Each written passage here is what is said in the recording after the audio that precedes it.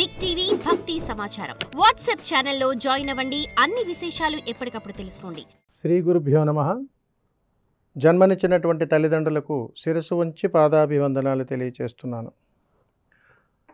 ప్రస్తుత సమాజంలో ప్రతి కుటుంబంలోనూ కూడా అనేక రకాలైనటువంటి సమస్యలతో సతమతమైపోతున్నటువంటి తరుణంలో ఏ సమస్యకు పరిష్కారం దొరకక చక్కటి అద్భుతమైనటువంటి జీవితాన్ని చిన్నాభిన్నం చేసుకుంటూ అద్భుతమైనటువంటి ఆనందకరమైనటువంటి జీవితాన్ని పాడు చేసుకుంటూ ఉంటాము.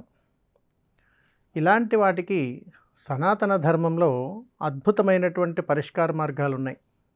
మరి అలాంటి వాటిని మనం తెలుసుకొని చక్కటి జీవితాన్ని అద్భుతమైనటువంటి ఆనంద గడియల్లోకి మార్చుకొని ఈ ప్రకృతి ధర్మాన్ని మన యొక్క సమస్యలకు పరిష్కార మార్గాలుగా మార్చుకుంటూ ప్రతి సమస్యకు పరిష్కారం ఉందని గ్రహించి ఆ యొక్క పరిష్కారముతో ఎలాంటి సమస్యకైనా కానీ పరిష్కార మార్గం మనకు ఖచ్చితంగా దొరుకుతుంది అని మన సనాతన ధర్మ గ్రంథాలే చెబుతున్నాయి. వీటికి కావాల్సిందల్లా కాస్త సమయాన్ని కేటాయించగలిగితే సరిపోతుంది. మరి ఇంకెందుకు ఆలస్యం? ఈ సమస్య పరిష్కారంలో అనేక రకాల సమస్యలు, వాటి యొక్క పరిష్కార మార్గాలు ఇక తెలుసుకుందామా? మరి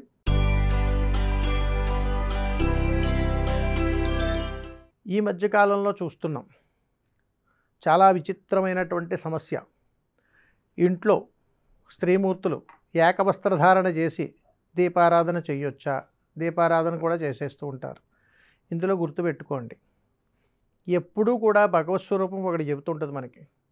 నేను ఏ వస్త్రాన్ని అయితే ధారణ చేశానో మీరు ఏ వస్త్రాన్ని ధారణ చేస్తున్నారో ఒకసారి చూడండి అని చెబుతుంటారు. అందుకని సాంప్రదాయము సనాతన ధర్మములో భగవత్ స్వరూపాలు ఎలాంటి వస్త్రధారణ చేశారో అలాంటి వస్త్రధారణే మనం చెయ్యాలి అని చెబుతుంటారు. ఇది గ్రహించని మనం మన వెసులుబాటును బట్టి, మన శరీరతత్వాన్ని బట్టి, అక్కడ ఉన్నటువంటి సాంప్రదాయాలను బట్టి రకరకాల దుస్తులు వేసుకుని మనం దీపారాధనలు చేస్తూ ఉంటాం. ఇవి నిత్యము గుర్తుపెట్టుకోవాలి. కష్టాలు ఎక్కడి నుంచి వచ్చేస్తాయి? ఇక్కడి నుంచే వచ్చేస్తాయి. తులసమ్మకు దీపారాధన చేయండి అమ్మా అంటాం. ఇంట్లో ఆడవాళ్ళు నైటీలతో వెళ్ళి చక్కగా దీపారాధన చేసేస్తారు. మరి ఇది ఎంతవరకు శుభం? ఇది ఖచ్చితంగా అశుభమే. అలాగే సాయంకాలం పూట దీపారాధన చేస్తారు. వారికి అవకాశం ఉన్నటువంటి వస్త్రధారణ ఈ విధంగా చేసి దీపారాధన చేయటం వల్ల ఇంట్లో యజమానికి జరగవలసినటువంటి ఏ పనులు జరగవు. అందుకని గుర్తుపెట్టుకోవాలి, దీపారాధన అనేటువంటిది పరమ పవిత్రమైనటువంటిది. దీపారాధన వెలిగించేటువంటి సమయము కూడా పరమ పవిత్రమైనటువంటిది. అలాంటి పరమ పవిత్రమైనటువంటి దీపాన్ని వెలిగించడానికి సమయం వెచ్చించుకుని ఉన్నప్పుడు మనం ధరించేటువంటి వస్త్రధారణ కూడా పరమ పవిత్రమైనటువంటిది. అంతటి చక్కటి పవిత్రమైనటువంటి విధానానికి మనం కూడా పవిత్రంగానే ఉండి పవిత్రమైనటువంటి ధారణ చేసి మాత్రమే భగవత్ స్వరూపానికి నమస్కారం చెయ్యాలని చెబుతుంటాం. అందుకని తప్పనిసరిగా సాంప్రదాయ దుస్తులను ధరించి మాత్రమే దీపారాధన చెయ్యాలి స్త్రీమూర్తులు.